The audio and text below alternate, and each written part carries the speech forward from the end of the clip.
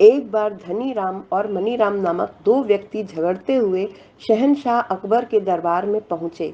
धनी राम ने शहंशाह अकबर को सलाम बजाते हुए कहा, जहां पनाह, कुछ महीनों पहले तीर्थ यात्रा पर जाते समय मैंने अपना बहुत सा धन और जेवर मनी राम के पास रख दिए थे।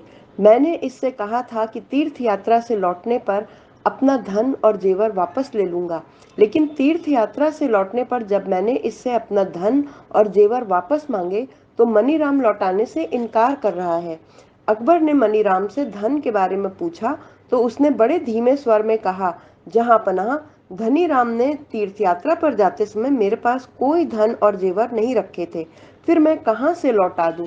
शहंशाह अकबर ने धनी राम की ओर देखते हुए कहा, धनी राम, मनीराम तो सचमुच इनकार कर रहा है। अच्छा, तुम यह बताओ कि जब तुमने मनीराम को धन दिया था उस समय कोई तुम्हारे आसपास था?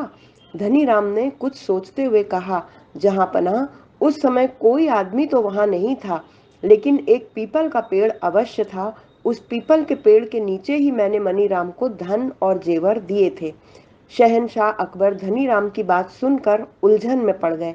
बिना किसी गवाह के वे कैसे मान लें कि धनी राम ने मनी राम को धन व जेवर दिए होंगे।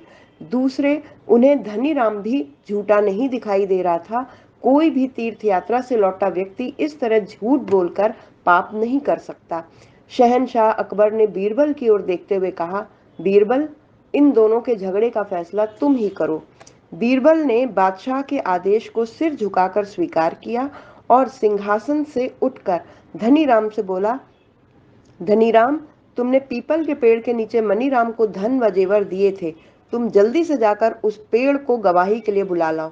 देखो, तुम तीर्थ यात्रा करके आए हो, तुमने बहुत पुण्य का कार्य किया है, इसलिए पेड़ तुम्हारे साथ अवश्य चलकर यहाँ आएगा। धनीराम चुपचाप पेड़ को बुलाने के लिए चल दिया। पेड़ के पास पहुंचकर धनीराम ने उसे गवाही देने के लिए अपने साथ चलने के लिए कहा, लेकिन पेड़ भला धनीराम के साथ कैसे आता। धनीराम ने लौटकर बीरबल से कहा, हुजूर, पीपल का पेड़ मेरे साथ नहीं आया। बीरबल ने मनीराम की ओर देखते हुए कहा, मनीराम, मुझे लगता है तुम सच बोल रहे हो, इसलिए अब तुम जाकर पीपल के पेड़ को गवाही के लिए बुला लाओ। मनीराम मनी मन खुश होता हुआ पीपल के पेड़ को बुलाने के लिए चल दिया। वह इस बात से खुश हो रहा था कि धनीराम तो झूठा ही बन चुका है, इसलिए अब पेड़ के आने न आने से क्या फर्क पड़ता है। वह पीपल के पेड़ तक जाकर दरबार में लौट आया। आते ही उसने पेड़ के न आने की बात कही। तभी बीरबल ने मुस्कुराते हुए कहा, मनीराम, तुम्हारे जाने के बाद पीपल का पेड़ आकर गवाही दे गया है कि तुम्हें धनीराम ने धन व जेवर दिए थे। मनीराम हक्का बक्का रह गया और थोड़ी देर बाद बोला, पीपल का पेड़ तो बहुत दूर है, अगर वह आता तो आते जाते वक्त मुझे अवश्य दिखता। वैसे मैं अभी उसी वृक्ष के पास से आ रहा हूँ।